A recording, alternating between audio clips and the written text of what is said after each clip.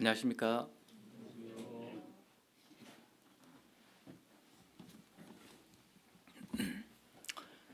예, 함께 기도로 시작하겠습니다.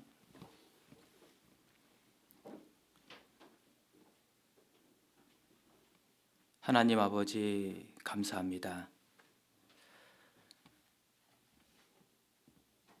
죄와 허물 가운데 멸망받을 수밖에 없었던 저희들을 불쌍히 여겨주시고 이 복음으로 불러주시고 주의 자녀 삼아주신 하나님의 은혜에 진정 감사를 드립니다. 이제 구원받은 저희들 또한 하나님께서 늘 함께 하시고 주님을 따라 살아가는데 조금도 부족함이 없도록 또 영육 간에 모든 필요한 것들 또 채워주심을 알고 또 감사를 드립니다.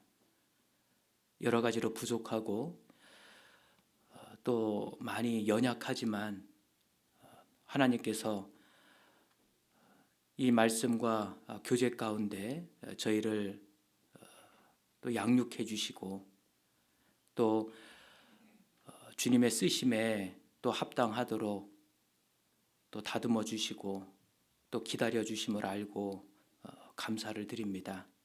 더욱더 저희들 주님 오시는 그날까지 이 무리 안에서 더욱 주님 앞에 또 귀하게 쓰임을 받고 또 주님 기쁘시게 하는 삶을 살다가 주님 만나 뵙기를 또 간절히 바라고 원합니다. 주님의 사랑과 은혜를 받은 우리 형제 자매님들 또 이렇게 주일을 맞아서 또 함께 또 모일 수 있도록 또 인도해 주신 것 감사드립니다. 오늘 이 하루를 통해서 저희들 주님을 더욱 알아가고 또 같은 믿음과 소망 가운데 살아가는 또 우리 믿음의 식구들 또 서로의 사정과 형편을 또 살피고 또 더욱 알아가고 그 가운데 또 기도 제목을 얻을 수 있는 또 귀한 하루가 되도록 인도해 주시옵소서. 하나님께서 이 울산 서부 지역에 이렇게 아름다운 교회를 또 세워 주셨습니다. 거기에는 하나님의 크신 또 계획과 그 하나님의 선하신 뜻이 있는 줄 알고 있습니다. 이 지역 이뤄진 그 영혼들에게 우리를 통해서 하나님의 이 귀한 복음이 더욱 힘있게 또 전해질 수 있도록 하나님 도와주시옵소서. 교회가 세워지고 지금까지 하나님의 인도하심과 또 도우심으로 힘있게 또 많은 사람들에게 이 복음이 또 전해지고 또 구원받음으로 우리 교회가 더욱더 확장되어 가고 있음을 또 감사를 드립니다. 앞으로도 하나님께서 더욱 함께 해주시고 또 이끌어 주시옵소서. 이곳에 속해 있는 우리 형제 자매님들 우리 각자 그리고 그 각 가정을 하나님께서 더욱 또 살펴주시고 또 필요한 은혜를 더해 주셔서 주님의 복음을 위해 살아가는데 조금도 부족함이 없도록 은혜 베풀어 주시옵소서. 다음 주부터 있을 또 대전도 집회 이를 위해서 저희들 더욱 마음을 하나로 묶어주시고 이번에도 많은 영혼들 함께 말씀 앞에 나와서 구원함을 받을 수 있도록 하나님께서 역사해 주시옵소서. 말씀을 또 전하시는 우리 이경수 목사님께도 더욱더 필요한 지혜와 능력을 또 허락해 주시옵소서. 모든 것을 주님의 자비로우신 손길에만 의지하고 또 부탁을 드립니다. 이 시간도 이 말씀을 통해서 저희에게 필요한 또 교훈을 허락해 주시옵소서. 저희를 사랑하시는 예수님 이름으로 감사하며 기도드렸습니다. 아멘.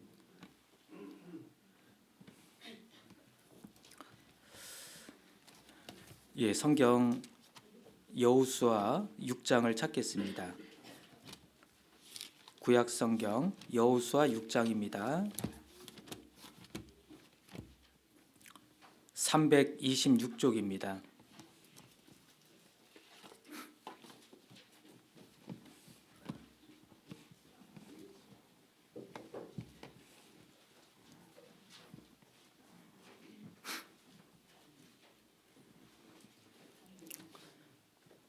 예, 여호수아 6장 1절부터 5절까지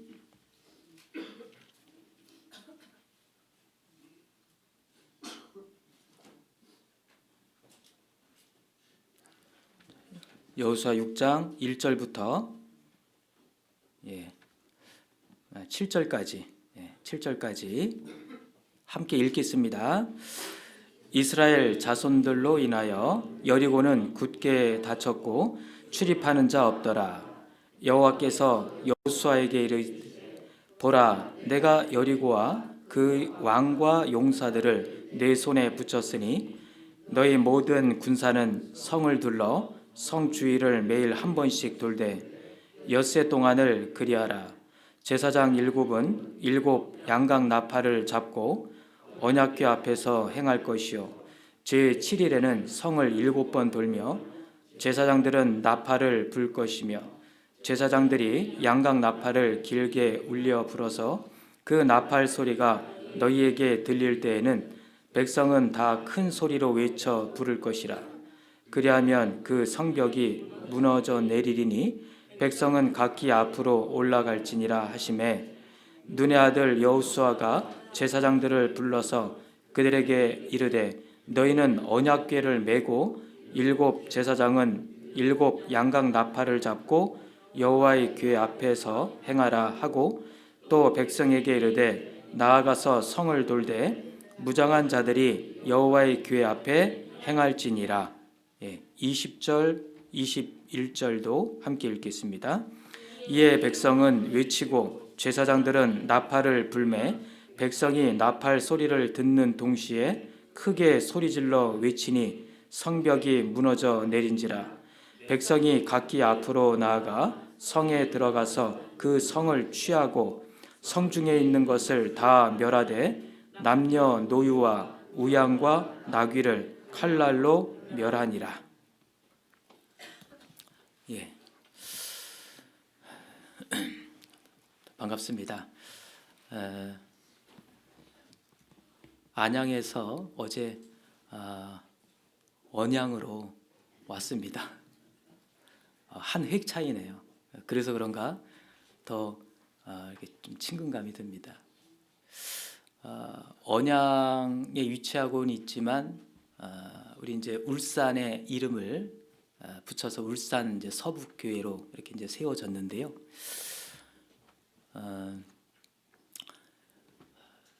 전라도에 광주교회가 있다면 경상도에는 울산교회가 있죠. 그래서 참 궁금했습니다. 울산 지역은 이제 처음인데 참 전도하면은 사는 목적이 또 하나님의 복음을 또 이제 전하는 거기에 있다 보니까 전국적으로 많은 교회가 있는데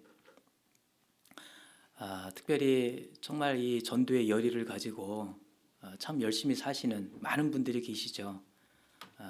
그런데 그 가운데서도 이제 성경에도 보면 이제 수고하는 분도 있지만 이제 더 많이 수고하시는 분들도 또 계시다고 하잖아요. 근데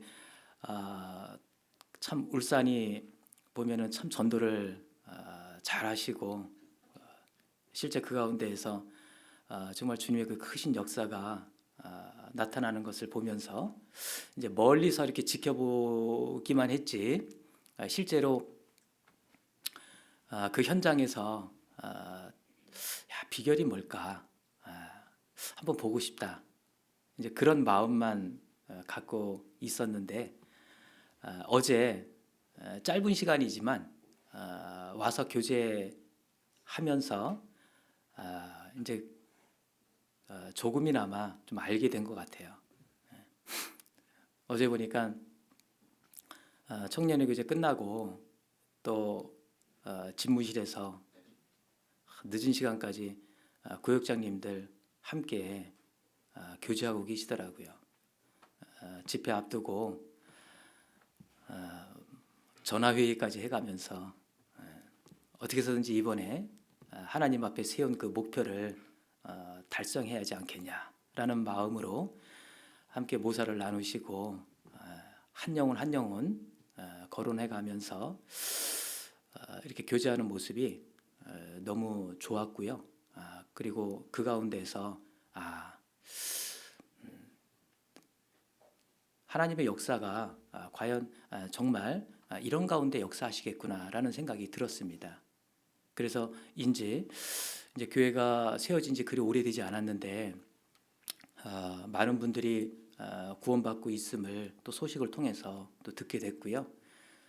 그리고 앞으로 정말 비전이 있겠다라는 생각도 해봤습니다. 그리고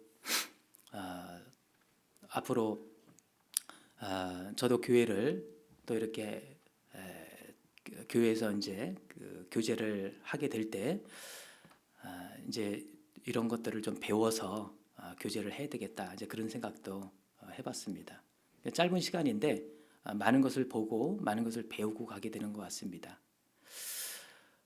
오늘 또 이렇게 주일을 통해서 아침에 보니까 일찍 들어오셔서 1층에 모여서 함께 또 담소도 나누시고 또 커피 한잔 하시면서 이게 참 좋은 것 같습니다. 그러니까 뭐 어떤 우리가 거창하고 어떤 뭐 큰 대단한 것이 아니지만 아주 소소한 것이지만 정말 그것을 귀하게 여기고 그것을 통해서 이렇게 우리 형제 자매님들의 마음을 또 하나로 또 모으고 자 이런 것들이 참 중요하겠다라는 생각이 들었습니다. 그래서 오늘 이제 그 주제를 말씀의 주제를 이제 승리의 비결이라고 주제를 이렇게 잡아봤는데요. 지금 충분히 우리 울산 서북교회는 이제 그 승리의 삶을 계속 살아가고 있지만 그래도 달리는 말에 그 채찍을 가한다라는 그런 말도 있듯이 그래도 이제 집회도 앞두고 있고 그리고 좀 더 우리가 항상 이제 주님 앞에서는 우리의 연약함과 또 우리의 부족함을 또 알 때 또 하나님께서 더 많이 채워주시기 때문에 그런 의미에서 또 이렇게 함께 이 본문 말씀을 가지고 오늘 한번 교훈을 얻어보려고 합니다. 서울중앙교회에서 교제하고 있기 때문에 뭐 특별히 서울중앙교회에 대한 소식을 전해드릴 건 없을 것 같아요. 지역에서 이렇게 오시면 그 지역교회 소식도 듣고 이제 그런 또 이제 유익이 있는데 그런 부분에 있어서는 조금 죄송한 생각이 듭니다. 참 신앙생활이 쉬운 것 같으면서도 참 어렵다는 생각이 듭니다. 왜 그럴까 생각을 해보면 이제 신앙생활을 이렇게 표현하기도 하지 않습니까? 영적 그 전쟁이라고 표현을 하기도 하지 않습니까? 그래서 이게 쉬운 건 아니겠다라는 생각이 듭니다. 이제 싸움이잖아요. 그렇기 때문에 정말 마음에 늘 어떤 그 갈등도 있을 수 있고 그리고 염려도 생길 수도 있고 또 두려움도 생길 수도 있고 싸워야 하기 때문에 그런 것 같습니다. 근데 이제 중요한 것은 이 싸움, 이 전쟁 안에서 중요한 것은 뭐겠습니까? 어떻게 해서든지 이겨야죠. 어떻게 해서든지 승리를 거두는 것이 중요합니다. 그래서 우리의 신앙생활 가운데 또 하루하루의 삶 가운데 이 승리의 삶을 살기를 아마 누구든지 원하고 바랄 겁니다. 그런데 우리 울산 서북교회가 전도를 잘 하시는 그 비결이 있듯이 우리 신앙생활에 어떤 그 승리의 분명히 비결도 있을 겁니다. 성경에서는 그 비결을 우리에게 또 가르쳐 주시고 있거든요. 많은 말씀들이 있지만 그 가운데 오늘은 이 여호수아 6장 말씀을 가지고 한번 생각을 해보려고 합니다.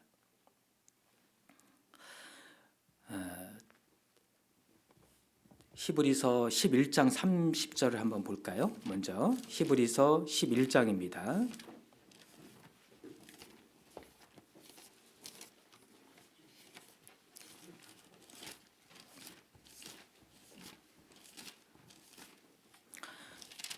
히브리서 11장, 우리가 믿음장으로 알려져 있는 성경이죠.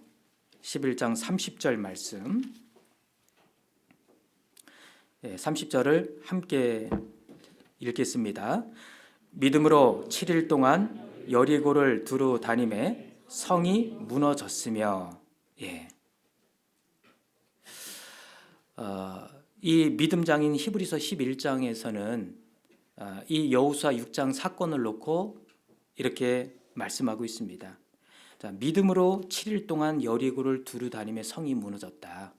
그러니까 여리고 전투에서 승리할 수 있었던 비결이 첫째가 뭐냐? 바로 믿음이다. 이렇게 말씀을 하고 있습니다. 사실 여호수아 6장에 그 여리고성을 앞에 놓고 그 이스라엘 백성들의 그 입장을 생각을 해본다면요, 어떻겠습니까? 정말 그 마음은 아마 답답하기도 하고, 그리고 여기가 이 여리고성이 가나안 땅, 그 약속의 땅에 들어가기 위한 첫 관문인데, 야, 이게 처음서부터 꽉 막혀 있잖아요. 그 성이 얼마나 견고합니까? 철옹성입니다. 그리고 그런 그 성이, 이 문이, 성문은 굳게 닫혀 있었다라고 하죠. 출입이 어려운 겁니다. 출입하는 사람도 없고. 이 고고학자의 말에 따르면 이 여리고 성이 이 옹벽만 한 높이가 15m 정도 된다고 합니다. 그리고 그 위에 그 6m의 성벽을 세웠는데 그 성벽이 이중으로 세워져 있었다고 하잖아요. 그러니까 아주 견고한 성이었던 겁니다. 그 당시에 그 상황을 놓고 보면 이 성을 빼앗는다라는 것은 도저히 불가능한 거죠. 정말 뭔가 아주 기막힌 어떤 전략이나 어떤 전술이 있지 않는 한 이것은 도저히 불가능하다 할 정도로 굉장히 견고했던 그런 성임이 틀림이 없었던 것 같습니다. 자, 하나님께서는 그런 이스라엘 백성들에게 그러나 어떤 말씀을 하고 계십니까? 이 성벽을 무너뜨리기 위해서 너희들은 이러이러한 무기를 준비해라. 또는 너희들은 군대를 어떻게 재정비하라. 뭐 이런 어떤 전략이나 어떤 전술을 말씀해 주신 게 아닙니다. 이스라엘 백성들에게 하신 말씀은 하루에 한 번씩 성을 돌라. 그리고 마지막에 큰 소리를 외쳐라. 얼마나 황당무계한 말씀이에요. 우리는 반드시 저 장벽을 넘어가야 되는데, 어떻게 해서든지 저 성을 빼앗아야 되는데, 그러면 지금 필요한 게 뭐겠습니까? 거기에 맞는 어떤 전략이나 전술이 필요한 겁니다. 그런데 하나님께서는 도저히 이해가 되지 않는, 상식에도 어긋나는, 그리고 경험을 통해서 봐도 이런 싸움은 없는 거예요. 그래서 뭐죠? 이 전투에서 필요한 것은 다름 아닌 믿음이 필요한 겁니다. 사실요, 하나님의 그 말씀이 생각하기에 뭔가 불합리하고 무모한 것처럼 생각이 되지만 그게 아니라는 겁니다. 그러면 뭐죠? 사람 편에서 그 하나님의 그 전능하심을 올바로 알지 못하고 그리고 믿음으로 화합하지 못할 뿐입니다. 교회 역사 속에서 보면 수많은 그 믿음의 그 선배들을 볼 때 이런 상황에서 정말 그 믿음으로 행하는 가운데 하나님의 그 주님의 역사를 그 경험하는 그런 것들을 우리는 성경을 통해서 볼 수 있습니다. 사실 우리의 삶 속에서도 나에게서도 뭐가 있냐면 이런 여리고성과 같은 장벽들이 있죠. 내 마음속에 그러한 것이 없습니까? 내 마음속에도 있고요. 우리 가정 안에도 있고요. 그리고 우리 직장 안에도 있습니다. 이 여리고성 같이 정말 좀처럼 넘기 힘든 너무 높아 보이는 그런 장벽들이 있지 않습니까? 야, 정말 이것만 무너지면, 정말 이것만 어떻게 좀 해결되면 하는 것들. 여리고성은 말씀드렸지만 이 가나안 입성의 첫 관문이에요. 그러니까 정말 이것만 무너지면 뭔가 희망이 보일 텐데 그러니까 이게 꽉 막고 있으니까 너무 힘든 거예요. 전도를 할 때도 우리 가족들에게 사랑하는 가족들에게 전도를 할 때도 그렇지 않습니까? 가족 중에서 정말 우리 아버지만 딱 무너지면 다 될 것 같은데 우리 어머니만 딱 뚫으면 다 될 것 같은데 이제 그런 뭔가 이 생각이 드는데 그게 안 되는 겁니다. 그 첫 관문이 넘기 어려운 거예요. 야, 요거만 해결되면 희망이 보일 텐데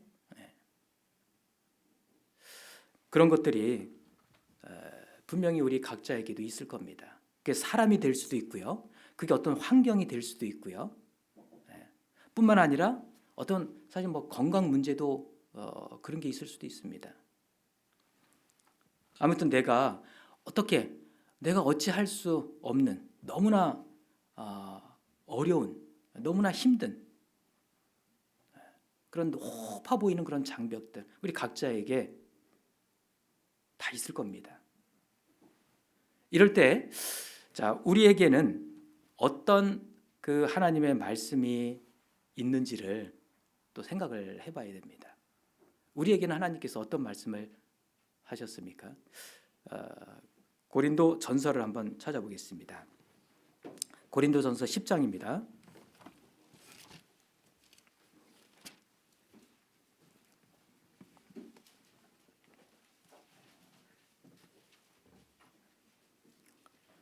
고린도 전서 10장 13절 말씀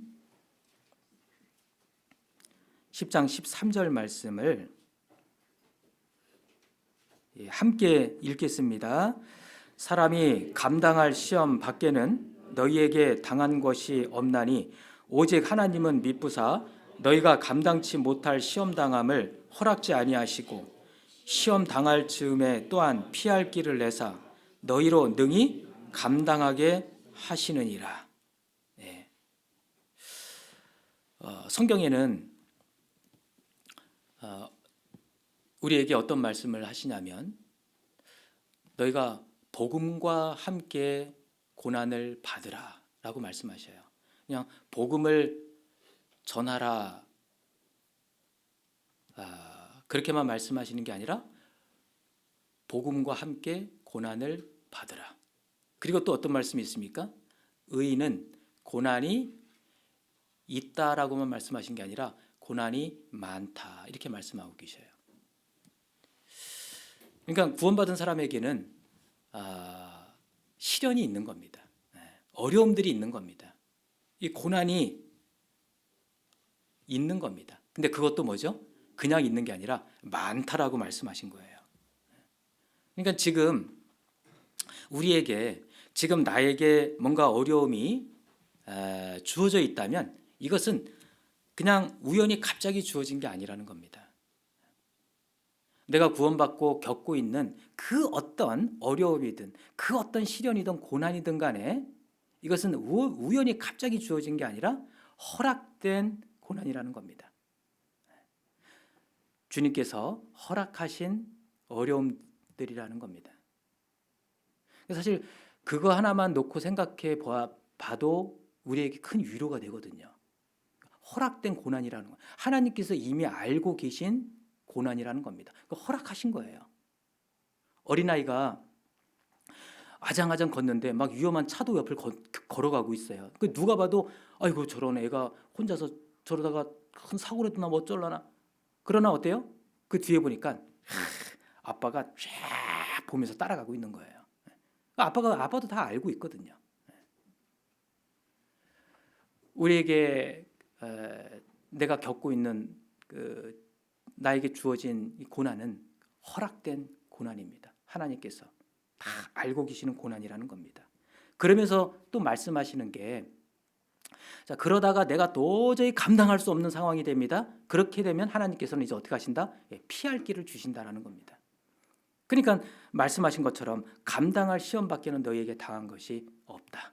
그러니까 아무리 내가 어려운 고난을 당한다 하더라도 내가 보기엔 내 고난이 가장 크게 보여도 그것은 뭐죠? 내가 감당할 수 있기 때문에 하나님께서 허락해 주신 겁니다. 내가 봤을 땐 답이 안 보이는데요. 이 상황에서 피할 길이 어디 있어? 꽉 막혔는데. 그건 이제 내 생각이고요. 하나님께서의 피할 길이라고 하면 우리가 전혀 생각하지 못한, 우리가 전혀 예상하지 못한 그런 길이 있는 겁니다. 그걸 제3의 길이라고 이야기해 볼 수 있죠.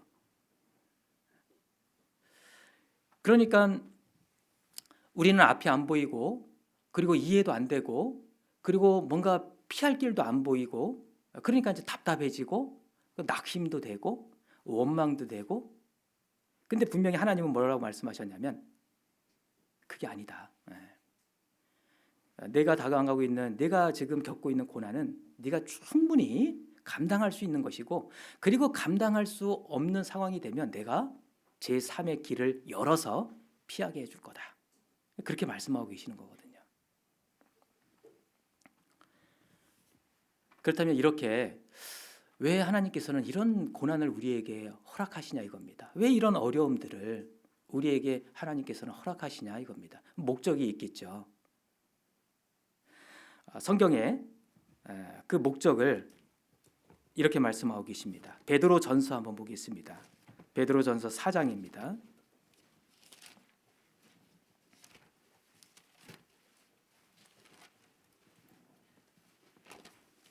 베드로전서 4장 13절 말씀 13절을 함께 읽겠습니다. 오직 너희가 그리스도의 고난에 참여하는 것으로 즐거워하라. 이는 그의 영광을 나타내실 때 너희로 즐거워하고 기뻐하게 하려 함이라. 자, 그리스도의 고난에 참여하는 것으로 즐거워하라. 좀 이상하죠. 고난에 참여하는데 어떻게 즐거워할 수 있습니까? 그러니까 이 믿음이 없는 사람들에게는 신앙이 없는 사람들에게는 이런 말씀이 뭐가 되는 겁니까? 모순이 되는 겁니다. 그런데 끝까지 읽어보면 왜 이런 말씀을 하시는지를 알아요. 결국은 뭐냐면 너희로 즐거워하고 기뻐하게 하려 함이라. 그러니까 나에게 진정한 참 즐거움과 기쁨을 주시기 위함이라는 겁니다. 그렇기 때문에 고난 가운데 즐거워할 수 있다라고 말씀하시는 겁니다. 그리고 그 뒤에 5장도 한번 보실까요? 5장 10절입니다. 10절 말씀 10절만 함께 읽겠습니다. 모든 은혜의 하나님 곧 그리스도 안에서 너희를 부르사 자기의 영원한 영광에 들어가게 하신 이가 잠깐 고난을 받은 너희를 친히 온전케 하시며 굳게 하시며 강하게 하시며 터를 경고케 하시리라. 예. 자, 이 말씀에도 보면 고난에 대해서는 잠깐이라는 수식어가 붙어 있습니다. 나는 크게 여기고 있는데 하나님 편에서는 잠깐이라고 말씀하고 계셔요. 그러면서 뭐라고 말씀하시냐면 이 고난을 통해서 나를 더욱 온전케 하시며 굳게 하시며 강하게 하시며 경고케 하시리라. 그냥 뭐 간단하게 너를 강하게 하기 위함이다 라고 이렇게 말씀하시면 될 텐데 여러 가지 표현을 하셨어요. 온전케 하시며 굳게 하시며 강하게 하시며 터를 경고케 하시리라. 다 뭐 비슷한 말 같은데 왜 이렇게 여러 가지 표현을 하셨을까?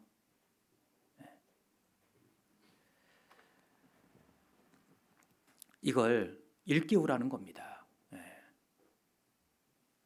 이 사실을 일깨우고 이것을 붙잡고 살라는 겁니다. 나에게 고난을 주시는 목적이 있다. 너를 온전케 하기 위함이다. 굳게 하기 위함이다. 경고케 하기 위함이다. 강하게 하기 위함이다. 이걸 우리 삶 가운데 고난 가운데 일깨우고 그 말씀을 붙잡고 살라는 겁니다. 답은 보이지 않지만요. 이 하나님의 말씀을 우리가 붙잡고 나아가다 보면 내가 모르는 내가 전혀 생각지 않았던 그 제3의 길을 열어서 감당하게 해주시는 겁니다. 피하게 해주시는 겁니다. 이것이 하나님의 말씀에 의지해서 나아가는 올바른 믿음의 자세라고 말할 수 있는 거죠. 그래서 우리에게는 이 믿음이 중요한데 믿음이 중요하긴 한데 자, 어떤 믿음이 중요하냐 그것도 생각해 봐야 됩니다. 믿음이 중요한데 어떠한 믿음이다? 이 진리의 말씀을 근거로 한 믿음 그게 중요하다라는 겁니다. 이스라엘 백성들이요 40년 이 광야 생활을 마치고 이제 가나안 땅을 목전에 뒀습니다. 자 이제 가나안 땅을 목전에 두고 요단강을 건너야 되는 상황이에요. 철철 넘치는 지금 상황입니다. 우기 때. 근데 이걸 어떻게 건너요? 그런데 그 요단강을 건너가야 할 때 하나님께서 하신 말씀이 있어요. 그리고 저희가 이번에 오늘 본문에 읽었던 가나안 입성을 앞두고 이 첫 관문인 이 여리고성을 여리고성 전투에 임할 때 그러니까 그 주변을 돌 때 하나님께서 하신 말씀이 있습니다. 그런데 그 두 상황에 공통점이 있어요. 말씀 가운데. 어떤 공통점이 있습니까? 언약궤를 메고 나아가라고 말씀하셨어요. 그게 공통점입니다. 도저히 정말 불가능한 일 앞에 우리가 어찌 할 수 없는 그 상황 앞에 하나님의 말씀을 탁 붙들고 하나님의 말씀에 의지해서 나가는 그것이 믿음이라는 말씀입니다. 그 말씀을 근거로 한 믿음이 중요하다라는 말씀이에요. 한 그 영혼이 구원받지 못한 영혼이 구원을 받을 때도 그렇습니다. 에베소서 2장 8절에 보면 믿음으로 말미암아 구원을 얻었다라고 말씀하고 계십니다. 믿음이 중요한 거지 않습니까? 믿음으로 말미암아 구원에 이르게 되는 거니까. 그런데 사실 어떻게 보면 더 중요할 수 있다라고 하는 게 뭐냐면 그러면 어떤 믿음이냐?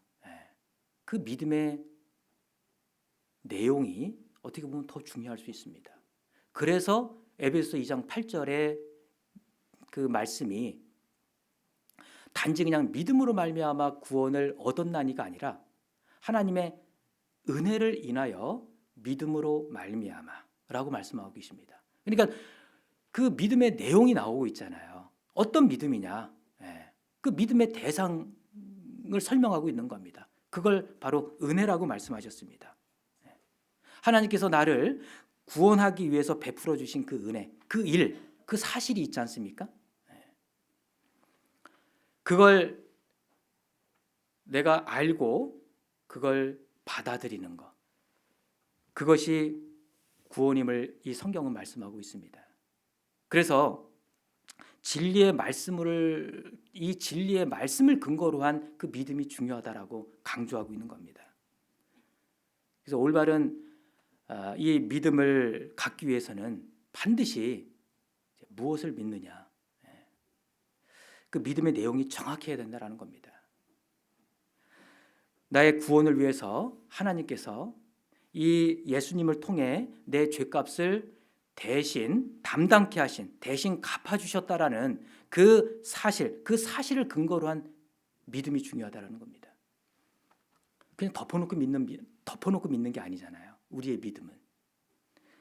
그래서 혹자는 그렇게 이야기해요. 이 믿음은 이 진리가 되는 말씀, 그 팩트죠.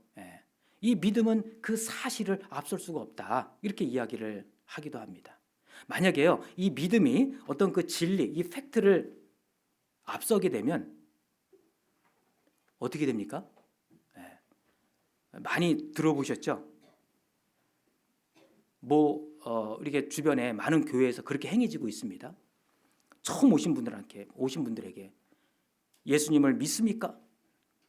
예, 믿습니다. 예수님을 나의 주로 영접하시겠습니까? 예, 영접합니다. 아멘, 할렐루야. 당신은 이제 오늘부터 예수님을 영접하시고 이 시간 이후로 당신은 구원을 받으셨습니다. 그런 믿음이 되는 겁니다. 그러니까 하나님께서 나의 구원을 위해서 그 베풀어 주신 그 놀라운 십자가 사건, 그 은혜, 그 사실, 그 진리에 뿌리 내린 믿음이 아니라 그냥 덮어놓고 믿는 믿음입니다. 그것을 우리는 어떤 믿음이라고 이야기합니까? 맹신이라고 하잖아요. 눈이 먼 믿음입니다. 그것도 믿음의 일종이죠. 그런 믿음이 되어서는 안 된다라는 겁니다. 물론 이제 이 영혼이 구원받을 때뿐만 아니라 구원받은 이후 신앙생활 가운데서도 동일합니다. 성경에 보면 믿음으로 말미암아 구원을 얻었다고 말씀하시고, 또 로마서에서도 보면 믿음으로 말미암아 살리라. 그러니까 구원을 받을 때도 그러한 믿음이 필요하고, 그리고 구원받은 이후 신앙생활 살아가는 데 있어서도 그런 믿음이 필요한 겁니다. 그러니까 오직 의인은 믿음으로 말미암아 살리라. 그러니까 어떤 믿음을 말씀하시는 겁니까? 덮어놓고 믿는 믿음이 아닌 겁니다. 말씀을 근거로 한 그 진리의 말씀에 의지해서 살아가는 그 믿음을 이야기하는 거죠. 그래서 우리의 믿음은 반드시 이 진리에 뿌리 내린 믿음의 행보여야 됩니다. 그게 사실 우리를 지켜주고 우리를 붙잡아주고 우리를 올바른 대로 계속 갈 수 있게 해주는 겁니다. 교회 안에서 정말 열심히 봉사하고 늘 바쁘게 사는 것 같은데 간혹 보면요, 근데 말씀은 멀리하고 살아가는, 가까이 하기엔 너무 먼 말씀. 사실 이제 어떻게 보면 그런 그 분들이 어떻게 보면 참 위험한 거거든요.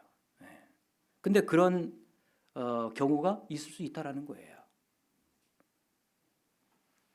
그러니까 개인적으로 어떤 어려운 일을, 고난을 딱 겪게 됩니다. 그러면은 이제 내가 열심히 했는데 왜 이런 일이 내가 왜 이런 일을 겪어야 되나, 이해가 안 되고 원망이 되고 불평이 생기고 또 낙심하게 되고, 교회 안에서 어떤 이해가 안 되는 일이 생겼습니다. 그러면 이제 어떻게 해요? 판단하고 정죄하고.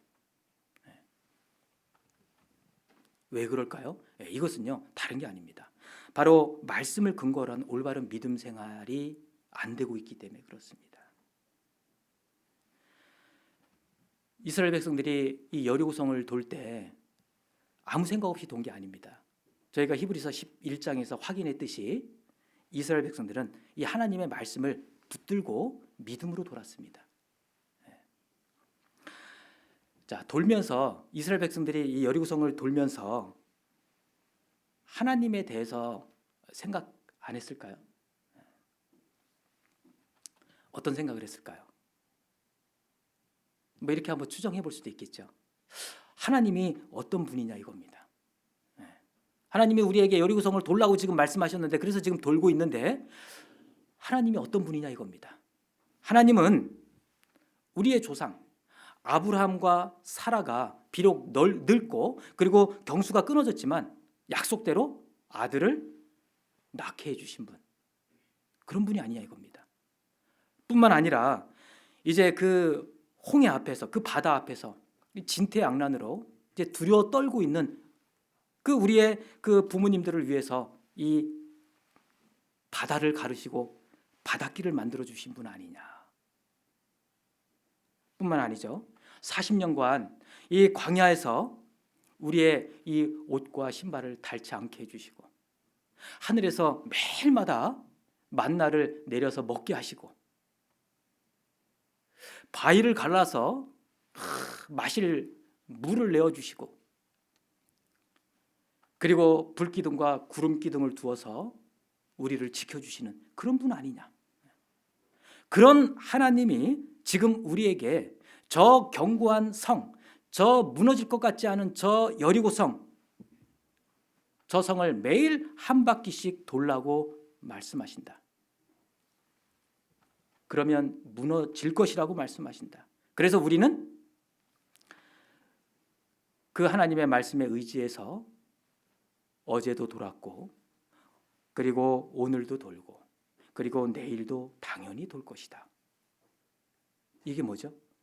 이것이 바로 그 말씀에 근거로 한 믿음입니다. 그 믿음이 그 견고했던 여리고성을 결국은 무너지게 한 겁니다. 그게 승리의 첫 번째 비결이라고 말씀하고 계시는 겁니다. 자, 두 번째는 우리가 뭘 생각해 볼 수 있냐면, 이 여리고 성이 무너진 것은요, 여호수아와 유대인들이 하나님의 이 말씀에 철저하게 순종한 결과라고 말할 수 있습니다. 그냥 순종이라고 말씀드려도 되는데 앞에 철저하다라고 말씀드렸죠. 철저한 순종이었습니다. 자, 하나님께서 주신 그 여리고성의 이 공격 작전은 다름 아닌 성 주위를 도는 거예요. 그것도 하루에 한 번씩 6일 동안 돌아야 되고, 그리고 마지막 7일째는 7바퀴를 도는 겁니다. 그리고 마지막 나팔 소리와 함께 크게 소리를 지르는 거예요. 뭔가 좀 복잡해 보이긴 하죠. 그런데요, 만약에 단순히 그냥 한 바퀴만 돌라 그랬으면 순종이 필요하겠습니까? 순종이 필요하지 않을 거예요. 이렇게 뭔가 하나님께서 복잡하게 말씀하신 것도 하나님이 무엇을 보기 위함이었을까요? 정말 철저하게 순종하는지를 아마 보고 싶었던 것 같아요. 7일 동안 반복해서 돌았습니다. 뿐만 아니라, 자, 지금 이제 한 나흘 돌았어요. 그러니까 절반을 돌았는데 아무 변화가 없는 거예요. 그런 상황에서 계속 반복한다라는 것은 쉬운 거겠습니까? 어려운 거겠습니까? 쉽지 않은 겁니다. 이런 상황에서 이제 내 생각이 딱 개입이 되면 이제 더 어려워지는 겁니다. 뭐야 이거? 도대체 절반이나 돌았는데 뭐야? 아무 반응이 없잖아. 뭔가 절반 이상을 돌았으면 뭔가 벽에 균열이라도 좀 생기던가 그런 조짐이 좀 있어야지. 야, 이거 계속 돌아야 돼 말아야 돼? 자기 생각이 딱 개입되면 이제 더 이상 돌기 어려워지는 겁니다. 절대 순종, 철저한 순종, 온전한 순종이라고 말씀하셨어요. 대충 순종하면요, 그냥 하루에 한 바퀴씩 돌고, 그러면 총 7일이니까 7바퀴 돌았죠. 7바퀴 돌고요. 다 돌았다. 뭐야 근데 다 돌았는데 왜 아무 일이 없는 거야? 이렇게 말할 수 있는 거예요. 대충 순종하면. 안 한 게 아닙니다. 했죠. 그런데 어때요? 대충 한 겁니다. 그러면서 어때요? 왜 아무 일도 없는 거야? 뭐가 안 된 겁니까? 온전한 순종이 안 된 겁니다. 계산해 보고 있습니다. 자, 하나님께서 이스라엘 백성들에게 성주의를 돌라고 했는데 총 7일 동안 총 몇 바퀴를 돌아야 됩니까? 역시 13바퀴죠. 그러니까 대충 순종하면 7바퀴가 된다니까요. 근데 온전한 순종을 하기 위해서는 13바퀴를 돌아야 되는 거예요. 성경에 보면 한 번의 순종으로 어떤 상황이 바뀌지는 않는다라는 것을 많이 말씀하고 계셔요. 그러나 뭐죠? 온전한 순종은, 철저한 순종은 반드시 상황을 바꾼다라고 그런 말씀들을 우리에게 보여주십니다. 그러니까 그건 뭐냐면 하나님의 말씀은 진리이며 곧 법칙이잖아요. 그러니까 이 말씀에 따라서 온전히 순종할 때는요, 반드시 그 말씀대로 그 결과를 얻게 되는 겁니다. 우리는 이런 것을 이렇게 이제 비유를 해보기도 합니다. 이 물이라고 하는 것이 100도에 끓는 것 우리가 잘 알지 않습니까? 그런데 이제 그 가스불에 올려놓은 이 물이 이제 시간이 지나서 끓지는 않아도 지금 온도를 재보니까 99도예요. 그럼 어떻습니까? 99도면 충분히 뜨겁습니다. 99도도요 충분히 뜨거워요. 그런데 뭐죠? 그런데 그 1도 차이지만 99도에서는 끓는 상황을 만들지는 못합니다. 법칙이기 때문에 그래요. 그 1도, 그 1도를 온전히 채웠을 때 그때 상황이 바뀌는 겁니다. 그러니까 이 하나님의 말씀이 우리에게 그렇다라는 겁니다. 나는 할 만큼 했는데 근데 1도가 부족한 거예요. 온전한 순종이 되었을 때 하나님은 상황을 바꿔주시지 않습니까? 우리는 그걸 어디에서 찾아볼 수 있습니까? 나아만 장군을 보십시오. 나아만 장군에게 뭐라고 말씀하셨습니까? 7번 강물에 물을 담그라. 한 번, 두 번, 세 번 담그는데 뭐 별로 좋아 보이는 것 같지 않아요. 중간에 포기했으면 아무 변화도 기대할 수 없는 겁니다. 7번 마지막 끝까지 몸을 담갔을 때 깨끗해졌잖아요. 뿐만 아니라 예수님 당시에 예수님께서 공생의 기간에 가장 먼저 제일 먼저 행한 그 이적이 있죠. 그게 이제 가나의 그 혼인 잔치 때 그 물을 포도주로 변화시킨 이적입니다. 우리는 이제 그 사건을 잘 기억하고 있습니다. 한번 그때 상황을 한번 떠올려 보십시오. 자, 이 포도주가 떨어졌어요. 이 잔치집에서 이스라엘에서는 그 잔치집에서 포도주가 떨어지면 그건 뭐냐면 이 기쁨이 깨진 거예요. 그러니까 주인 입장에서는 어떻겠습니까? 큰일 난 겁니다. 저기 전라도에서는 이제 홍어가 떨어져서 홍어가 잔칫날에. 그럼 어때요? 큰일 난 겁니다 이제. 우리 울산 쪽에서는 잔치 때 뭐가 꼭 들어가야 되죠? 그런 거 있습니까? 특별한 건 없습니까? 예? 고기는 다 들어가는 것 같은데. 아무튼 꼭 있어야 되는 것이 지금 바닥난 겁니다. 그러면 어때요? 이제 주인 입장에서 막 발 동동 구르면서 큰일 난 겁니다. 자, 그때 누가 등장합니까? 예수님이 그때 등장하잖아요. 자, 예수님이 등장해서 이제 이 물을 포도주로 변화시키는 그런 이적을 행하시는데 자, 예수님께서 오셔서 하신 말씀이 있거든요. 사실 이제 그 말씀에 일단은 집중을 해야 되는 거죠. 어떤 그런 이적에 앞서서 그 예수님께서 하신 말씀에 사실 집중해야 되는 겁니다. 왜 그러냐면 그 말씀에 우리가 의지해서 그 말씀을 붙잡고 온전히 순종했을 때 결국은 그 결과를 맛보게 되는 거기 때문에. 근데 예수님께서 뭐라고 말씀하셨습니까? 항아리에 물을 채우라 그러셨거든요. 항아리에 물을 부어라가 아닙니다. 물을 채워라. 그러니까 중요한 게 뭐죠? 물을 붓는 게 중요한 게 아니라 물을 채우는 게 중요한 겁니다. 그런데 그 당시 항아리는 보통 항아리가 아니잖아요. 큰 항아리 아니겠습니까? 이제 하인들이 이제 물을 이제 예수님 말씀대로 물을 채워 넣습니다. 자, 물을 채워 넣는데 하인들 중에서는 뭐 이런 생각도 하지 않겠습니까? 아니, 예수님, 우리에게 필요한 건 생수가 아니라 포도주예요. 근데 이 항아리에다가 물을 채우라니요. 도대체 이걸 뭐 하려고 하는 겁니까? 뭐 그렇게 반문하는 하인도 있을 거고, 그리고 어떤 하인은 그래 물을 항아리에 넣으라고 하시니까 그래 넣자. 붙다가 보니까 이제 쉽지 않지 않습니까? 한 절반 이상 3분의 2 정도 찼습니다. 이 정도면 됐겠지. 그럴 수 있지 않겠습니까? 그런데 그 전에요.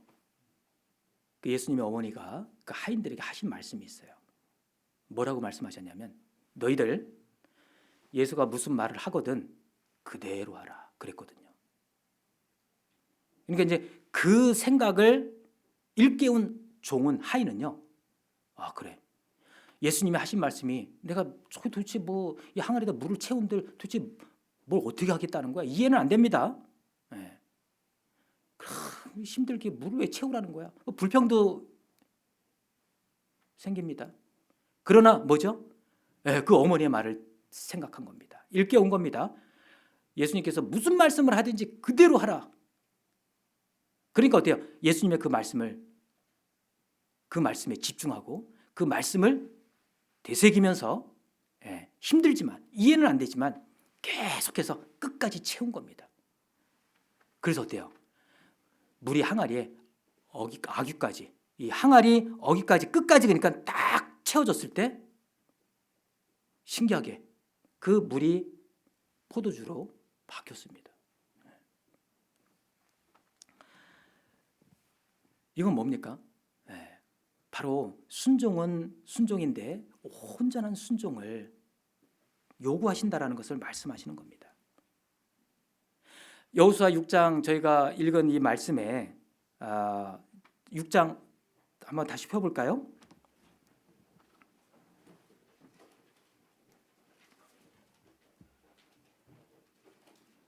여호수아 6장 10절입니다.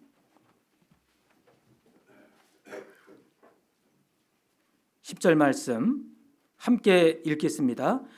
여호수아가 백성에게 명하여 가로되 너희는 외치지 말며 너희 음성을 들내지 말며 너희 입에서 아무 말도 내지 말라. 그리하다가 내가 너희에게 명하여 외치라 하는 날에 외칠지니라 하고. 자, 너희 입에서 아무 말도 내지 말라. 아무 조짐도 없고 아무 변화도 없는 그런 상황에서 계속 그 성 주변만 돌고 있는 가운데 그 백성들의 입에서 나오는 말이 과연 어떤 말들일까요?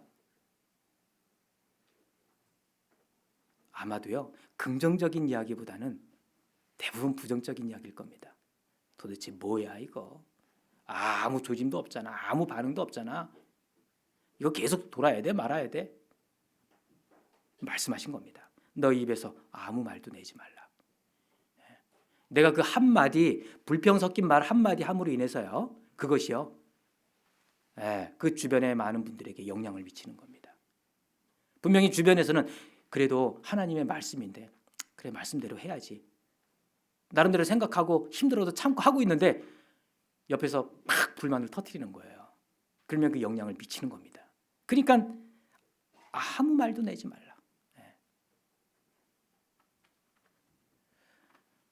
이거는 절대 순종, 온전한 순종을 요구하시는 하나님의 말씀인 겁니다.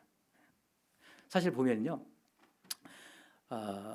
우리가 하나님 앞에 어떤 그 불평과 원망이 있을 때 그 이유를 생각해 보면요, 뭡니까? 아무것도 안 하는 사람들은 그런 원망도 불평도 사실 없어요. 근데 불평하고 원망하는 그 이유를 가만히 보면은요, 안 한 게 아닙니다. 나름대로 열심히 했어요. 나름대로 열심히 했는데, 그리고 잘 해보고자 노력도 했는데 왜 이런 결과가 주어지냐 이겁니다. 그리고 나는 열심히 했는데 왜 이렇게 나를 섭섭하게 하냐 이겁니다. 그리고 어때요? 야, 내가 이 말씀대로 계속 말씀대로 살아가다가는 이게 더 힘들어지겠다. 뿐만 아니라 이 말씀대로 살아가다가는 이제 이 물질적인 손해도 보게 될 것 같고, 그러니까 갈등과 염려 가운데 막 혼란스러워지는 겁니다. 그래서 보면은요, 지금은 우리 교회가 이제 어떤 그 건축의 붐에서는 이제 조금 이게 이제 지나갔는데, 한때 이제 전국적으로 이 건축의 붐이 일었잖아요. 그런데 사실 이제 그 가운데는 조금 안타까운 그런 모습들도 있지 않습니까? 교회당 건축하는데 모든 성도들이 한 마음이 돼서 으쌰으쌰합니다. 그래서 정말 수고하고 땀 흘리고 해서 교회당이 다 건축이 됐어요. 다 같이 수고했잖아요. 물론 거기서 특별히 더 많이 수고하신 분들도 있죠. 그런데 이 큰 일을 마치고 나서 보면 그렇게 열심히 하시던 분이 그 건축이 다 끝나고 나서 안 보여요. 무슨 일인가 싶어서 봤더니만 교제에서 떨어지셨어. 이유가 뭡니까? 서운한 거예요. 그리고 나름대로 뭐가 있는 거예요? 불평이 있는, 원망이 있고, 낙심도 생기고. 왜 그런 것이 생겼을까요? 아무것도 안 한 게 아니라니까요. 열심히 한 겁니다. 그런데 뭐죠? 이 하나님의 말씀을 근거로 한 그 열심이 부족했던 겁니다. 그러니까 열심히 하긴 했는데 이 말씀을 근거로 한 그 올바른 믿음 가운데에서 행해진 것이 아니라, 아쉽죠? 그런 부분들이 있을 수 있지 않습니까? 뭔가 이렇게 내가 더 하다가는 이렇게 하다가는 내 물질적인 손해만 보겠다. 그러면서 이제 어때요? 갈등도 하고 염려도 하고 그럴 수도 있다라는 겁니다. 성경에 보면 그런 또 사례가 있지 않습니까? 역대하를 한번 보겠습니다. 역대하 25장 689쪽입니다.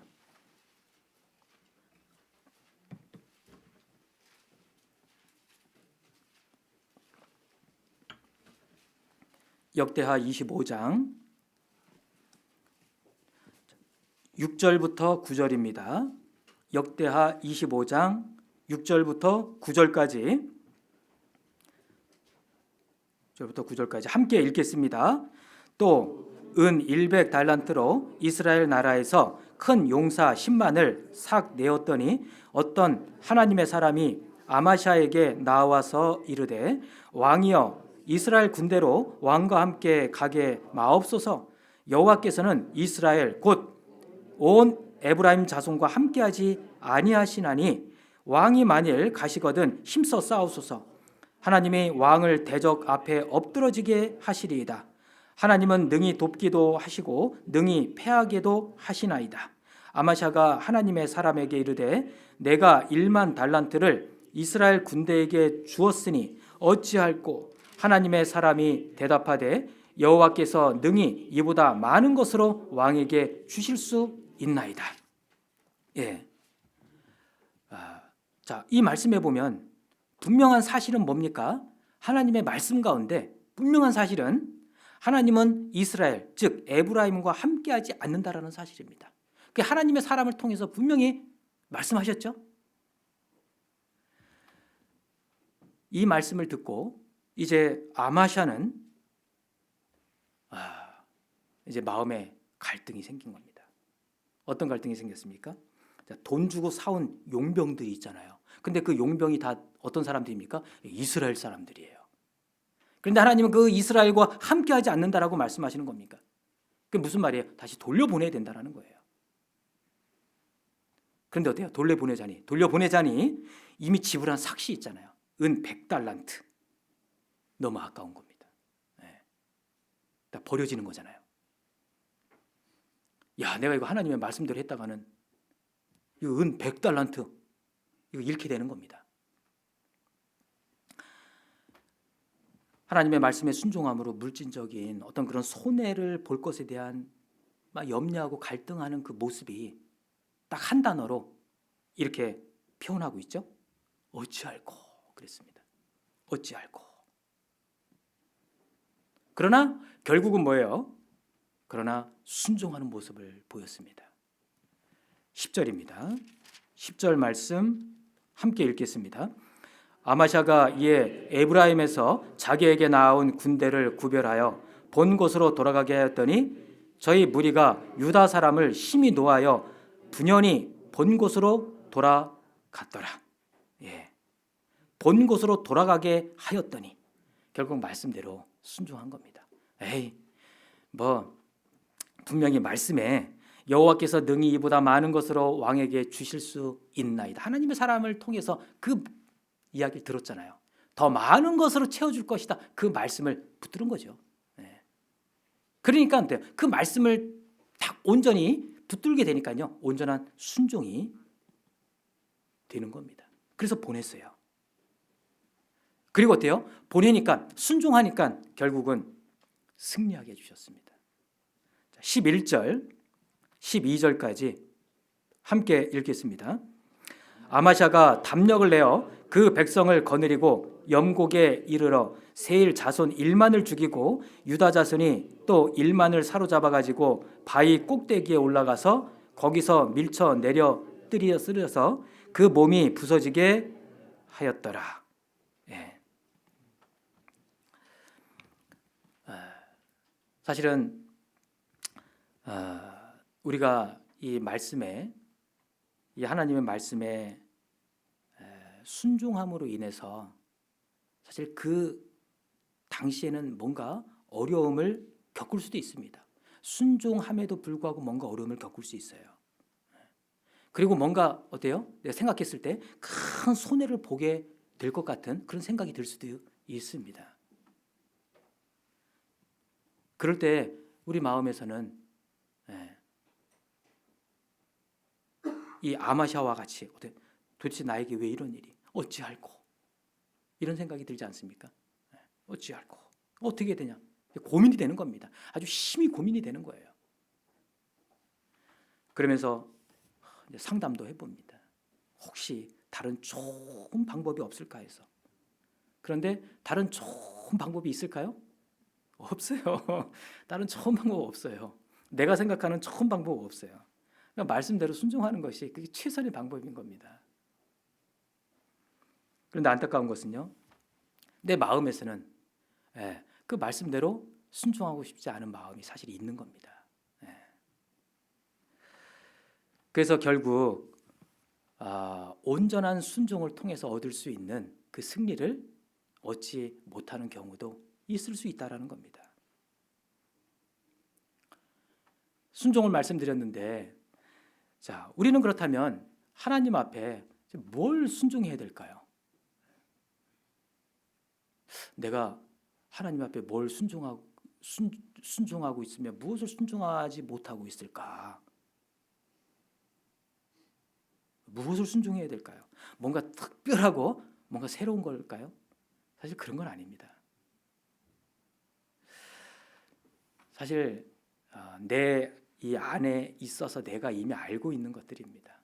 뭔가 특별한 것도 아니고요. 뭔가 새로운 것을 내가 알아서 순종하라는 게 아니거든요. 내 안에 있어요. 내가 이미 알고 있습니다. 성경에 보면 신명기 30장을 한번 보겠습니다. 신명기 30장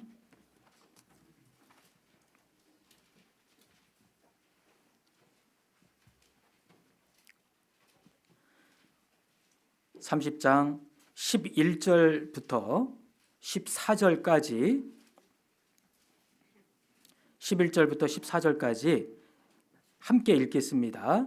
내가 오늘날 네게 명한 이 명령은 네게 어려운 것도 아니요 먼 것도 아니라 하늘에 있는 것이 아니니 내가 이르기를 누가 우리를 위하여 하늘에 올라가서 그 명령을 우리에게로 가지고 와서 우리에게 들려 행하게 할고 할 것이 아니요 이것이 바다 밖에 있는 것이 아니니 내가 이르기를 누가 우리를 위하여 바다를 건너가서 그 명령을 우리에게로 가지고 와서 우리에게 들려 행하게 할고 할 것이 아니라 오직 그 말씀이 내게 심히 가까워서 내 입에 있으며 내 마음에 있은즉 내가 이를 행할 수 있느니라.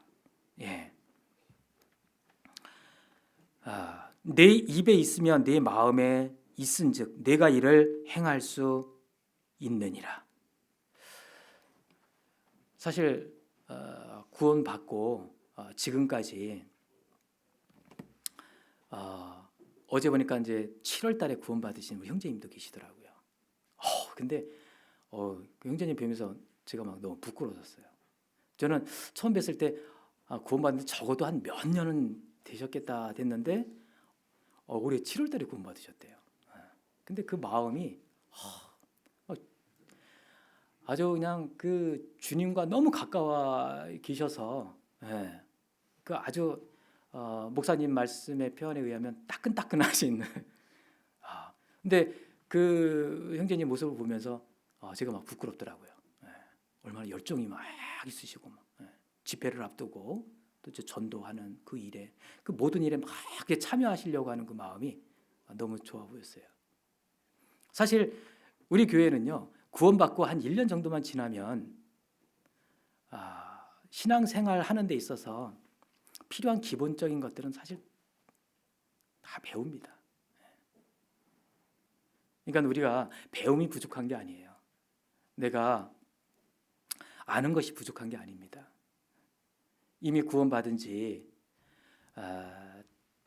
수년이 지났고 그리고 십수년이 지났고 수십 년이 지난 분들도 계실 겁니다. 그러니까 정말 많은 것들을 배웠고 많은 것을 알고 있어요. 내 안에 있는 내가 배워서 알고 있는 그 말씀 하나님은 뭐죠? 주시고 말씀대로 행하라고 말씀하시는 분입니다. 주시고 먼저 경건에 속한 모든 것을 주시고 경건하게 살라 말씀하시지 않습니까? 다리를 주시고 걸으라, 날개를 주시고 나르라 하시는 분입니다. 그럼에도 불구하고 이 마땅히 행할 것을 하지 못하는 것은 뭘까요? 내가 몰라서 그런 걸까요? 사실 그건 아닐 것 같아요. 몰라서이기보다는요 이미 주셔서 알고 있는 그 하나님의 말씀을 별로 붙잡고 싶지 않은 겁니다. 사실 그런 마음이 한편 우리 마음에 또 있거든요. 육신의 소욕을 따라 살고자 하는 그 마음이 있잖아요. 누구에게든지 성령을 따라 살고자 하는 소욕도 있지만 그 반대되는 마음도 있거든요. 자꾸 내 생각을 따라서 그리고 어떤 인정을 따라서 어떤 환경을 따라서 판단하고 행하는 겁니다. 내 마음에 있은즉 내가 이를 행할 수 있느니라. 그러니까 알고 있는 말씀대로 하라는 겁니다. 뭐 새로운 것을 알아서 배워서 하라는 게 아니에요.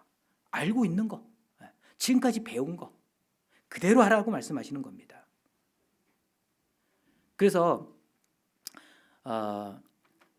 상담을 요청하시는 분들도 보면은 사실 그분들에게 뭔가 새로운 사실을 알려주는 게 아니지 않습니까? 상담이라는 것이 이미 내 안에 있는 것을 일깨워주는 겁니다.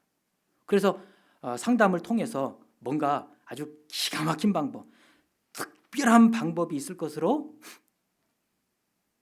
기대하신다면 버리셔야 돼요. 그런 건 없어요. 이미 우리에게 주신 하나님의 말씀을 일깨우는 거라니까요. 그래서 이렇게 오셔서 또 목사님과 상담하는 가운데 그 말씀이었구나. 내가 순간 깜빡 잊고 있었네. 그죠? 상담을 잘 받은 겁니다. 일깨우는 거예요. 알고 있는 것을 내가 잠시 깜빡하고 있다가 상담을 통해서 일깨우는 겁니다. 그러니까 안 배운 게 아니거든요. 이미 내 안에 있던 거였거든요. 그러니까 일깨우면 쉽게 행할 수 있거든요. 이 견고한 여리고성에 비해서 이스라엘 백성들에게 주신 그 말씀은 정말 너무나 어찌 보면 뭐예요? 하찮은 일이죠. 일로 따진다면 뭐 한 바퀴씩 도는 거잖아요. 그러나 무모한 것으로 여기지 않고 말씀 그대로 온전히 순종했을 때 그 철옹성 같은 그 여리고성이 무너지게 된 겁니다. 큰 대승을 거둔 겁니다. 그게 바로 이 승리의 비결 중에 하나라고 또 말씀하고 계시는 거예요. 마지막 하나는 뭐겠습니까? 이스라엘 군대가 하는 일이라고는요, 이게 뭐예요? 이 성을 하루에 한 바퀴씩 도는 일이에요. 말씀대로. 그것도 7일 동안 계속. 그러니까 제3자 입장에서 보면은요, 그 일이 어떻게 보이겠습니까? 참 어리석어 보이는 거예요. 뭐 하는 거야, 쟤네들?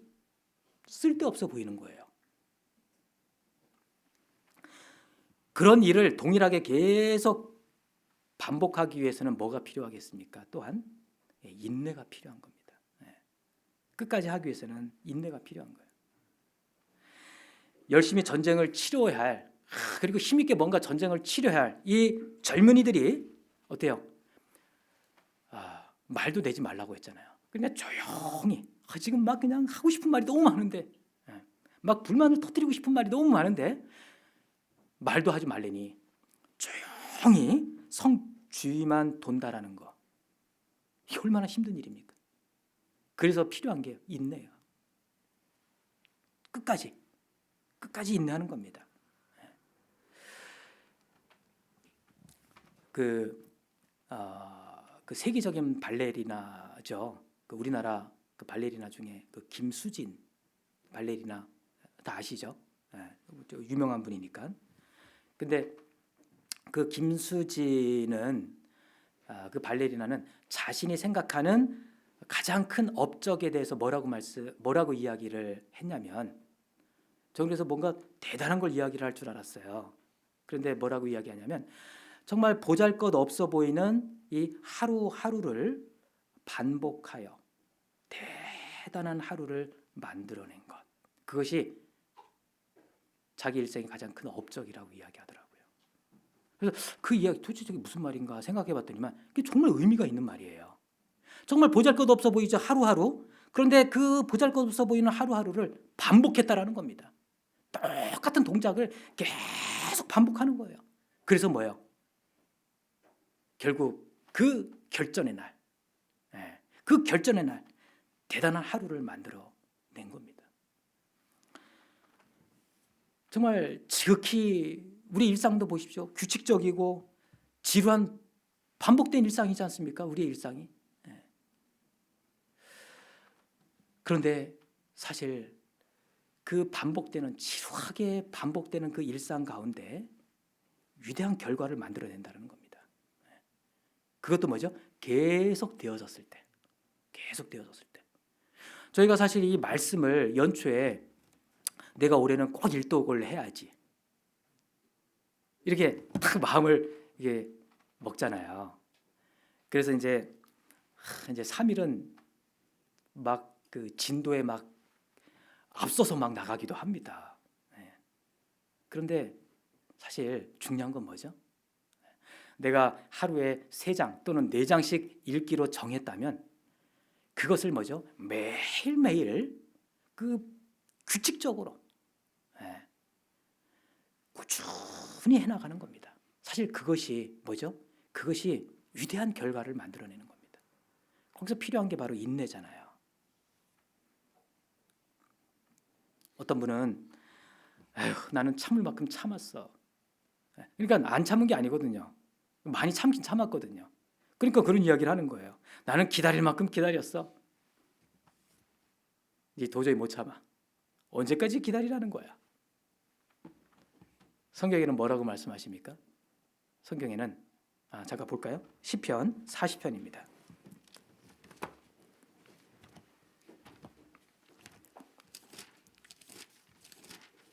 시편 40편 1절입니다. 1절 말씀만 함께 읽겠습니다. 내가 여호와를 기다리고 기다렸더니 귀를 기울이사 나의 부르짖음을 들으셨도다. 예.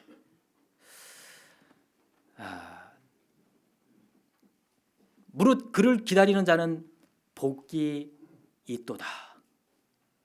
라는 말씀도 있습니다. 그러니까 언제까지 기다려야 됩니까? 기다리고 언제까지 기다리고 기다려야 됩니까? 복 받을 때까지. 하나님께서 분명히 그 기다림 속에 우리에게 주시려고 하는 축복이 있잖아요. 그 복 받을 때까지 기다리는 겁니다. 내가 지금 참을 만큼 참고 기다릴 만큼 기다렸는데 아직 축복을 못 받았습니까?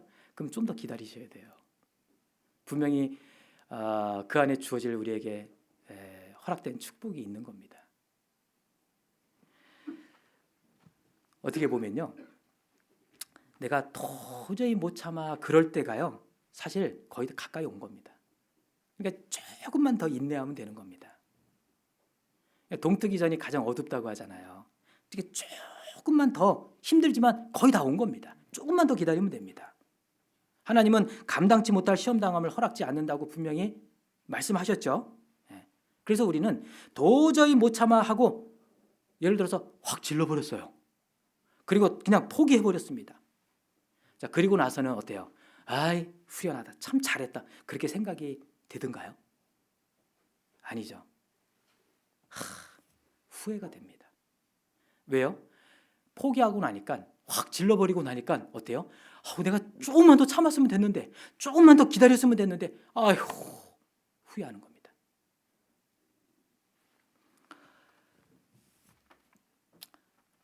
우리가 사랑장이라고 불려지는 고린도전서 그 13장 말씀을 잘 알지 않습니까? 사랑은 오래 참고, 사랑은 오래 참고 온유하며 투기하는 자가 되지 아니하며. 그래서 그 사랑에 대해서 쭉 정의하시는데, 사실 여기서 말하는 그 사랑은 다름 아닌 예수님의 인격을 설명하고 있다라고 이야기하잖아요. 그게 맞거든요. 그래서 그 사랑이라는 단어 안에다가 예수님을 이렇게 대입시키면 너무 잘 어울려요. 예수님은 오래 참고, 그 예수님은 온유하며 투기하는 자가 되지 아니하며, 아주 정말 잘 어울리거든요. 그런데 사랑의 이 정의에서 보면은요, 처음에 시작도 사랑은 오래 참고, 마지막도 뭐죠? 사랑은 모든 것을 견디느니라. 그러니까 처음도 참는 거고 마지막도 참는 거예요. 결국 뭐죠? 예수님의 그 삶은 오래 참고 모든 것을 견디는 인내의 삶이라는 겁니다. 우리는 뭐예요? 우리는 그리스도인이 뭡니까? 그리스도를 닮아가는 사람들이잖아요. 그러니까 인내의 삶을 살아가신 그 예수님을 닮아가는 겁니다. 하나님의 뜻이 다 이루기까지 끝까지 참고 그리고 죽기까지 참으셨어요. 예수님께서. 그래서 우리는 사실 그 십자가의 예수님만 딱 바라보면 기다릴 수 없는 게 없습니다.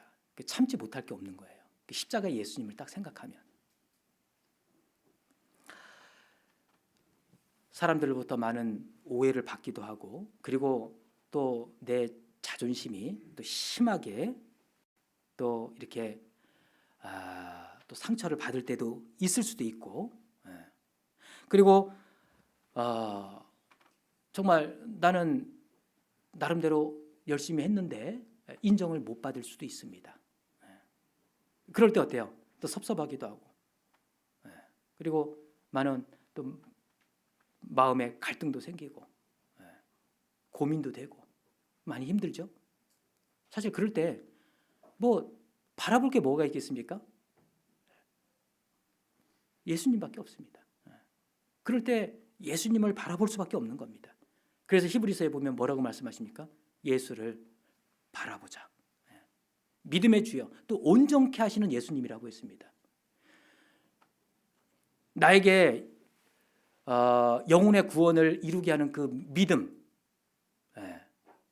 그 믿음을 주신 분도 예수님이고, 그리고 온전케 하시는 그 이제 구원받은 이후에 우리가 온전한 삶을 살아가는 데 있어서 필요한 것이 예수님이라는 겁니다. 그 예수님을 바라보자. 그 예수님을 바라보면 참을 수 있거든요. 끝까지 갈 수 있거든요. 근데 예수님을 생각해 보십시오. 예수님은 분명히 그 십자가에서 예수님도 참았다고 돼 있잖아요. 십자가를 참으사. 근데 예수님이 십자가에서 그 참으실 때 어떤 마음으로 참으셨죠? 히브리서에 보면 뭐라고 되냐면 그 앞에 있는 즐거움을 위하여 십자가를 참으사 그랬습니다. 자, 그 앞에 있는 즐거움이라는 게 뭘까요? 지금 예수님은 십자가에서 이제 십자가에 달려서 곧 죽음을 맞아야 됩니다. 그러면 죽음 이후 그 앞에 뭐가 있길래? 예수님의 십자가 죽음으로 말미암아 이제 뭐예요? 죄와 허물 가운데서 영원한 멸망으로 나아가던 우리에게 무엇이 주어지는 겁니까? 죄사함이, 영원한 생명이 주어지는 겁니다. 예수님은 거기까지 보셨잖아요. 우리 각자가 그 죄에서 벗어나서 이 죄로부터 해방되어서 영원한 생명 가운데 그 소망 가운데 살아갈 우리를 생각하신 겁니다. 그러니까 그걸 생각하시면서죠, 십자가를 참으신 겁니다. 그걸 생각하니까, 그걸 바라보니까 예수님은 어때요? 참으실 수밖에 없었던 겁니다. 마치 어머니가 정말 그 남의 그 식당 주방에서 허리 한번 못 펴고요, 하루 종일 설거지를 하는데 얼마나 힘들겠어요. 근데 그러면서도 뭐예요? 전혀 힘들지 않게 여깁니다. 왜 그래요? 분명히 충분히 힘든데 왜 힘들지 않게 여깁니까? 어머니는 지금 바라보고 있는 게 있어요. 뭘 바라보고 있습니까? 내가 이렇게 고생한 이 고생의 대가로 내 사랑하는 자식이 따스하게 지낼 수 있고, 그리고 행복하게 지낼 수만 있다면 내 이 한 몸, 그러면서요 힘들지 않게 여기는 겁니다.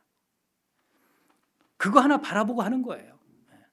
예수님은 정말 우리 각자가 죄사함을 얻고 이제 그 영원한 천국의 소망 가운데 살아갈 거, 그것을 생각하시는 가운데 십자가의 그 고통을 참고 인내하셨던 겁니다. 그렇지 않았으면요, 예수님은 어떻게 해요? 그 참을 이유가 없으시죠. 뛰어내려오지 않겠습니까? 이 어머니에게 그런 자식이 없어요. 그러면 거기서 허리 한번 하루 종일 피지 못하고 설거지할 이유가 있습니까? 아유, 내가 노년에 말년에 이렇게 살아야 돼? 에이. 그런데 바라보는 게 있지 않습니까? 구원의 즐거움을, 구원의 즐거움을 누릴 우리에 대한 그 생각이 주님을 그렇게 견디게 했습니다. 그 고통만 견디게 했습니까? 얼마나 수치를 당하셨습니까? 그 부끄러움과 고통에서 견딜 수 있게 하셨습니다. 우리의 구원의 즐거움을 예수님이 바라보고 견디신 거예요. 그러니까 이제 반대로 우리는 뭐죠? 우리는 이제 구원받은 이후에 누구를 바라야 됩니까? 그런 예수님을 바라볼 수 있어야 됩니다. 자식이 그렇게 등골 빠지게 고생해서 이제 학교 보내고 이제 사회에 나가서 이제 번듯한 이제 사회인이 되었습니다. 그 배경에는 뭐가 있었습니까? 그 어머니의 고난, 그 어머니의 고통. 이제 이 자식은 뭘 생각해야 되는 겁니까? 내가 똑똑해서, 내가 잘나서 여기까지. 그건 배은망덕한 자식이죠. 뭘 바라봐야 됩니까? 그 어머니를 바라봐야 되는 거예요. 내가 이제 내 잘난 맛에 막 살다가 이제 내 마음대로 막 뭔가 이제 바람직하지 못한 그런 일을 하려고 하다가도 누구를 생각하는 겁니까? 어머니를 생각하는 겁니다. 내가 여기까지 온 것이 누구 덕분인데 내가 이렇게 살 수는 없지.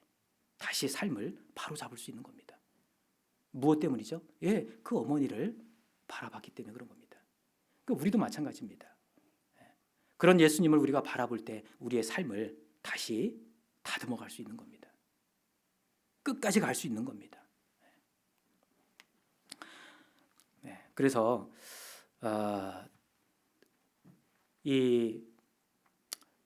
하나님께서 약속해 주신 그 가나안 땅에 들어가는데 첫 관문이었던 그 난공불락의 그 여리고성을 무너뜨리고 그 약속의 땅에 입성할 수 있었던, 그 승리할 수 있었던 비결은 뭐 여러 가지 이유가 있을 수도 있겠지만 사실 이렇게 그 세 가지로 우리가 크게 생각해 볼 수 있다는 겁니다. 올바른 말씀을 근거로 한 믿음, 그리고 온전한 순종, 그리고 끝까지 참고 기다리는 인내. 이것이 결국은 뭐죠? 그 싸움에서, 전쟁에서 승리할 수 있게 해주셨던 비결이라고 말할 수 있습니다. 그래서 우리의 삶도 결국은 우리의 신앙생활도 영적 싸움이기 때문에 성경에서 이야기하는 그 이스라엘 백성들을 통해서 보여주는 이 사건을 통해서 우리도 우리 일상 가운데 이 영적 전쟁에서 승리하기 위해서는 이것이 필요하겠구나라는 것을 교훈을 받아봤습니다. 마치겠습니다. 기도하겠습니다. 하나님 아버지 감사합니다. 정말 아무것도 아닌 저희들을 구원해 주시고 또 바른 길로 인도해 주시고 또 주님 안에서 귀하게 사용해 주심을 진정 감사를 드립니다. 저희들 더욱더 주님의 이 말씀 위에 우리의 행보를 경고케 할 수 있도록 인도해 주시고 그 가운데 온전한 또 순종과 또 주님을 바라보며 끝까지 우리의 믿음을 지켜 나아갈 수 있도록 우리의 마음과 생활을 주장해 주시옵소서. 우리 울산 서북교회 하나님께서 사랑하시고 아끼시는 교회로 믿고 있습니다. 울산 서북교회를 통해서 하나님의 그 모든 계획과 뜻이 온전히 이루어질 수 있도록 우리 울산교회를 더욱 귀하게 사용해 주시옵소서. 우리 담임 목사님이신 이경수 목사님을 중심으로 더욱 하나가 되는 하나님을 기쁘시게 하는 그런 사랑스러운 교회로 계속 성장해 갈 수 있도록 축복해 주시옵소서. 모든 것을 주님의 자비로우신 손길에 의지하고 부탁을 드립니다. 저희를 사랑하시는 예수님 이름으로 기도드렸습니다. 아멘. 찬송가 390